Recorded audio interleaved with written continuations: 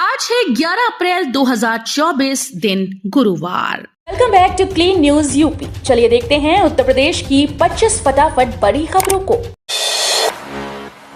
Gorakhpur airport से 24 घंटे हो सकेगी उड़ान, जुलाई से हो जाएगा ये इंतजाम।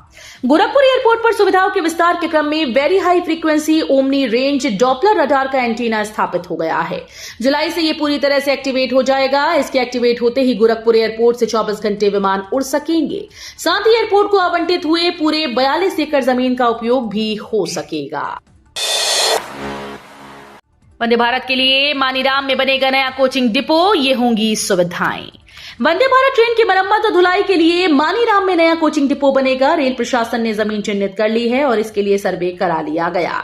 नए कोचिंग डिपो में सभी अत्याधुनिक सुविधाएं मौजूद रहेंगी। इसके बन जाने से ट्रेन की मरम्मत और धुलाई में देरी नहीं होगी। गोरखपुर से अयोध्या होकर वंदे भारत लखनऊ के रास्ते इलाहाबाद तक जाती है। ईदगाह और मस्जिद परिसर के बाहर ना अदा करें नमाज, ईदगाह के इमाम ने जारी की एडवाइजरी। राजधानी लखनऊ में ईदगाह के इमाम मौलाना खालिद रशीद फरंगी महली ने ईद उल फित्र की एडवाइजरी जारी कर कहा कि ईदगाह और मस्जिद परिसर के बाहर नमाज अदा ना करें। मौलाना ने बताया कि आज बृहस्पतिवार को ऐशबाग ईदगाह में ईद की नमाज सुबह 10 बजे होगी। मौलाना खालिद रशीद फरंगी महली ने कहा कि अगर मस्जिद नमाजियों से भर जाए तो बाकी के नमाजी दूसरी मस्जिद में नमाज अदा करें। उन्होंने कहा कि मस्जिद की छत पर भी नमाज अदा कर सकते हैं। ताज दीवानों के लिए ईद का तोहफा, एक बार फिर मुफ्त में कर सकेंगे ताजमहल का दीदार। ईद उल फितर पर ताजमहल 2 घंटे के लिए निःशुल्क रहेगा। ईद पर नमाज को सुबह 7 से 9 बजे तक की व्यवस्था लागू होगी। इस अवधि में ताजमहल के पूर्वी व पश्चिमी गेट स्थित टिकट विंडो बंद रहेंगी। अकीदतमंदों के साथ ही पर्यटकों को भी स्मारक में निःशुल्क प्रवेश मिलेगा। हैलट के मल्टी सुपर स्पेशलिटी में होगा किडनी ट्रांसप्लांट, विशेषज्ञों का स्टाफ और उपकरण मिले। कानपुर में हैलट के multi super speciality hospital and PG institute में रोगियों को किडनी ट्रांसप्लांट की सुविधा मिल सकेगी। जीएससीवीएम मेडिकल कॉलेज प्रबंधन ने इस दिशा में काम करना शुरू कर दिया है। हॉस्पिटल में डायलिसिस यूनिट का बचा काम पूरा किया जा रहा है। उत्तर प्रदेश लोक सेवा आयोग की 268 पदों पर भर्ती के लिए आवेदन कल से हुआ शुरू। उत्तर प्रदेश राज्य कृषि सेवा परीक्षा 2024 के 268 पदों के लिए उत्तर प्रदेश लोक सेवा आयोग बुधवार से ऑनलाइन आवेदन शुरू हो गया है। परीक्षा योजना एवं पाठ्यक्रम के संदर्भ में शासन से अनुमोदन मिलने के बाद भर्ती प्रक्रिया शुरू होने जा रही है। सचिव अशोक कुमार ने अभ्यर्थियों को सलाह दी है कि विज्ञापन देखने के बाद अहड़ होने की स्थिति में ही आवेदन करें। यूपी सीएम योगी आदित्यनाथ फिर भरेंगे हुंकार, 13 अप्रैल को हल्द्वानी में होगी चुनावी रैली। लोकसभा चुनाव 2024 के लिए बीजेपी ने स्टार प्रचारक की सूची जारी कर दी है। पीएम मोदी, केंद्रीय मंत्री भी इसमें शामिल हैं। वोटर्स को लुभाने के लिए यूपी सीएम योगी आदित्यनाथ एक बार फिर से चुनावी हुंकार भरते नजर आएंगे। सीएम योगी की चुनावी रैली को सफल बनाने के लिए बीजेपी की ओर से तैयारियां पूरी जोरों पर हैं। मुरादाबाद में 7 साल बाद मायावती की सभा, प्रचार को धार देने के लिए मैदान में उतरे दिग्गज। मुरादाबाद मंडल में लोकसभा चुनाव में प्रचार को धार देने के लिए दिग्गज नेताओं और स्टार प्रचारकों की फौज मैदान में उतरने लगी है। स्टार प्रचारकों की ओर से पूरे मंडल को मतने की तैयारी है। मुख्यमंत्री योगी आदित्यनाथ रामपुर में जनसभा करके गए हैं, जबकि देश के रक्षा मंत्री राजनाथ सिंह बुधवार को चंदौसी पहुंचे। सुप्रीम फैसले से यूपी के 35,000 बीएड शिक्षकों को मिली संजीवनी, नहीं छिनेगी नौकरी। यूपी के प्राइमरी स्कूल्स में काम कर रहे तकरीबन 35,000 बीएड पास शिक्षकों की नौकरी से खतरा टल गया। सुप्रीम कोर्ट के आदेश के बाद बीएड डिग्रीधारी इन शिक्षकों ने राहत की सांस ली। सुप्रीम कोर्ट ने प्राथमिक विद्यालय में शिक्षक पद पर भर्ती के लिए बीएड डिग्री धारकों को अयोग्य मानने के 11 अगस्त 2023 के फैसले को स्पष्ट करते हुए कहा कि फैसले से पहले हुई भर्ती पर इसका असर नहीं होगा। यूपी में जमीनों की रुकेगी धोखाधड़ी, योगी सरकार करने जा रही ये काम। यूपी में भूमि की धोखाधड़ी रोकने के लिए योगी सरकार बड़ा कदम उठाने जा रही है। चकबंदी निदेशालय ने वार्षिक रिपोर्ट 2023-24 को पेश करते हुए भूमि की धोखाधड़ी रोकने के लिए इसके सभी ब्यूरो को डिजिटाइज कराने का वादा किया। आधुनिक तरीके से चकबंदी कराने के लिए आर्टिफिशियल इंटेलिजेंस और ब्लॉकचेन के सहारे सर्वे का काम कराया जाएगा। कर्मचारी चयन आयोग ने 3 भर्ती परीक्षाओं की तिथि बदली, लोकसभा चुनाव के चलते किया परिवर्तन। कर्मचारी चयन आयोग ने लोकसभा चुनाव के चलते मई में होने वाली 3 भर्ती परीक्षाओं की तिथि में बदलाव कर दिया है। अब ये परीक्षाएं मतगणना होने के बाद जून में कराई जाएंगी। लोकसभा चुनाव की घोषणा होने से पहले एसएससी ने 3 भर्तियों का विज्ञापन जारी कर दिया था।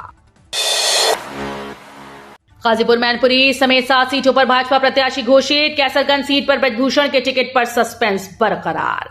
भारतीय जनता पार्टी ने यूपी की बची हुई 12 लोकसभा सीटों में से 7 पर अपने प्रत्याशियों के नाम की घोषणा कर दी। पिछले चुनाव में मनोज सिन्हा की हार के बाद इस बार गाजीपुर सीट पर पारसनाथ राय को टिकट दिया गया। इसी तरह मैनपुरी में प्रदेश सरकार में पर्यटन और संस्कृति मंत्री जयवीर सिंह ठाकुर को टिकट देकर भाजपा इस बार जीतने का प्रयास करेगी। आयोग ने प्रस्ताव दिया तो बढ़ेगी असिस्टेंट प्रोफेसर पदों की संख्या। नए आयोग के फेर में फंसी थी भर्ती। नया शिक्षा सेवा चयन आयोग अगर उच्च शिक्षा निदेशालय को प्रस्ताव भेजकर असिस्टेंट प्रोफेसर के रिक्त पदों का अधियाचन मांगता है तो पुरानी भर्ती में असिस्टेंट प्रोफेसर के पदों की संख्या बढ़ जाएगी। अभ्यर्थी चाहते हैं कि लंबित भर्ती में पदों की संख्या बढ़नी चाहिए।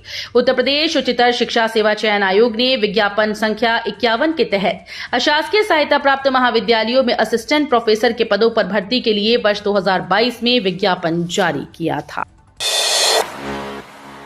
काशी विश्वनाथ धाम में नो टच पॉलिसी। गर्भगृह में पुजारी के वेश में रहेंगे 2 पुलिसकर्मी।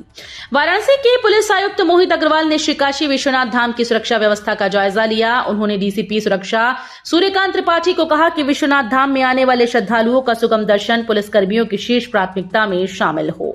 जानकारी के अनुसार मंदिर ड्यूटी पर आने वाले प्रत्येक पुलिसकर्मी की ड्यूटी से पूर्व 3 दिन की ट्रेनिंग आयोजित की जाए। यूपी के जिले में औद्योगिक गलियारा के लिए भूमि अधिग्रहण कर रही सरकार। गंगा एक्सप्रेसवे के किनारे औद्योगिक गलियारा विकसित करने के लिए शुरू हुई प्रक्रिया के अंतर्गत 249 किसानों ने अपनी 98.20 हेक्टेयर भूमि का बैनामा जिला प्रशासन को कराया है। प्रशासन ने भी जमीन के बदले किसानों के बैंक खाते में 200 करोड़ रुपए मुआवजे के रूप में भेज दिए हैं। मनरेगा मजदूरी बढ़ाकर 450 करेंगे। लड़कियों को केजी से पीजी तक मुफ्त शिक्षा। समाजवादी पार्टी ने बुधवार को लोकसभा चुनाव को लेकर घोषणा पत्र जारी कर दिया। सपा के राष्ट्रीय अध्यक्ष अखिलेश यादव ने लखनऊ में प्रेस कॉन्फ्रेंस कर घोषणा पत्र जारी किया। इस दौरान अखिलेश यादव ने कहा कि समाजवादी पार्टी के सोशल मीडिया पेज से सुझाव मांगे थे। इन्हीं सुझाव के आधार पर विजन डॉक्यूमेंट तैयार किया गया। चुनाव चिन्ह की सूची से बुलडोजर बाहर, रोड रोलर बढ़ा, जूता चप्पल और जुराब भी शामिल। चुनाव आयोग ने इस बार निर्दलीय प्रत्याशियों को दिए जाने वाले चुनाव चिन्ह की सूची में से बुलडोजर को हटा दिया। इसके पीछे जिम्मेदारों ने कोई खास वजह तो नहीं बताई, पर माना जा रहा है कि बीते कुछ वर्षों में बुलडोजर एक विशेष दल की पहचान बन चुका है, लिहाजा इसे हटाना पड़ा।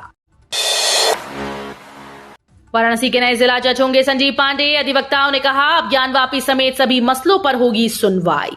वाराणसी के नए जिला और सत्र न्यायाधीश संजीव पांडे होंगे। इससे पहले वो बागपत के जिला और सत्र न्यायाधीश के पद पर कार्यरत थे।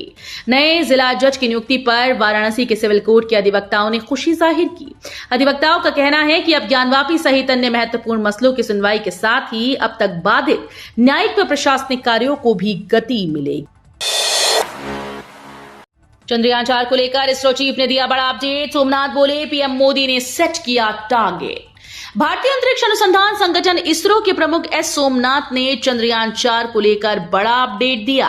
उन्होंने कहा कि ये मिशन विकास की प्रक्रिया में है। उन्होंने कहा कि अंतरिक्ष अनुसंधान एक निरंतर प्रक्रिया है और देश तेजी से प्रगति करने की राह पर है। सोमनाथ ने यहां सतपाल मित्तल स्कूल के कार्यक्रम में शरीक होने के बाद संवाददाताओं से ये कहा। डॉक्टर सोमनाथ ने कहा कि इसरो अपने चंद्र मिशन के लिए प्रतिबद्ध है। राजनाथ सिंह बोले 2024 के चुनाव के बाद सपा समाप्त हो जाएगी। कांग्रेस के बारे में लोग पूछेंगे कौन कांग्रेस। केंद्रीय रक्षा मंत्री राजनाथ सिंह जहांगीरबाद स्थित अनाज मंडी में भाजपा प्रत्याशी डॉक्टर भोला सिंह के समर्थन में आयोजित जनसभा को संबोधित करने पहुंचे थे। इस दौरान उन्होंने सपा और कांग्रेस पर जमकर हमला बोला। राजनाथ सिंह ने कहा कि भाजपा जो कहती है वो करती है। हमने अपने घोषणा पत्र में देश की जनता से वादा किया था और उस वादे को पूरा किया।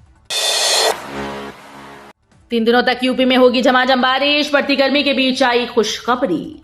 उत्तर पश्चिम भारत में 12 अप्रैल को एक नया वेस्टर्न डिस्टर्बेंस दस्तक देने जा रहा है, जिसकी वजह से यूपी समेत कई राज्यों में झमाझम बारिश होगी। इसके अलावा आंधी तूफान का भी अलर्ट जारी किया गया, जबकि बिजली कड़कने की भी आशंका जताई गई। पिछले कुछ दिनों से लगातार बढ़ रहे तापमान के बीच बारिश होना खुशखबरी जैसा है। पैसे निकालने को बैंक और एटीएम जाने की ना ले टेंशन, घर बैठे मिलेगा बम्पर कैश। संस्थाओं की तरफ से अब नई नई सेवाएं शुरू की जा रही हैं। अब आप इंडिया पोस्ट पेमेंट बैंक की आधार एटीएम सर्विस का लाभ लेकर आसानी से घर पर ही कैश की निकासी कर सकते हैं। नई सुविधा के अनुसार डाकिया आपके घर पहुंचकर कैश निकालने में आपकी सहायता करेगा। नवरात्र में ईद, यूपी में कड़े सुरक्षा इंतजाम, अर्धसैनिक बलों की अतिरिक्त कंपनीज लगी, 2912 हॉटस्पॉट चिन्हित। नवरात्र की तृतीया तिथि पर पड़ी ईद के लिए यूपी में खास इंतजाम किए जा रहे हैं। यूपी में 37,018 ईदगाहों और मस्जिदों में ईद की नमाज अदा की जाएगी। इनमें से 2,912 को हॉटस्पॉट के रूप में चिन्हित किया गया है। सुरक्षा में 241 कंपनी पीएसी और 229 कंपनी अर्धसैनिक बल भी तैनात किए जाएंगे। सभी नमाज स्थलों की ड्रोन और हाई रिजोल्यूशन सीसीटीवी कैमरों के माध्यम से निगरानी रखी जाएगी। यूपी में गुंडों को उल्टा लटका देते हैं, नीचे से मिर्च का छांक, जम्मू में गरजे सीएम योगी। लोकसभा चुनाव 2024 के मद्देनजर जम्मू कश्मीर के कठुआ पहुंचे सीएम योगी आदित्यनाथ विरोधियों पर जमकर बरसे। इस दौरान उन्होंने यूपी की कानून व्यवस्था का हवाला देते हुए कहा कि आज अगर कोई उत्तर प्रदेश में गुंडागर्दी करता है तो हम उसे उल्टा लटका देते हैं। अगर कोई नहीं समझता तो उसे नीचे से मिर्ची का छौंक लगा देते हैं। सीएम योगी ने कहा कि पिछले 7 साल में यूपी में एक भी दंगा नहीं हुआ, हमें अब कर्फ्यू लगाने की जरूरत नहीं है। अवैध खनन से परेशान यमुना प्राधिकरण, अब हथियार बंद फौजी लगाएंगे माफिया पर लगाम। गौतम बुद्ध नगर के जेवर में बन रहे नोएडा इंटरनेशनल एयरपोर्ट के पास अवैध खनन काफी तेजी के साथ हो रहा है। इसको रोकने के लिए यमुना प्राधिकरण के सीईओ ने लाख प्रयास किए, लेकिन कोई फायदा नहीं हुआ। अब सीईओ ने नया प्लान तैयार किया है। तो ये थी आज की 25 फटाफट बड़ी खबरें। अगर आपको न्यूज पसंद आई हो तो वीडियो को लाइक और शेयर जरूर करें। धन्यवाद।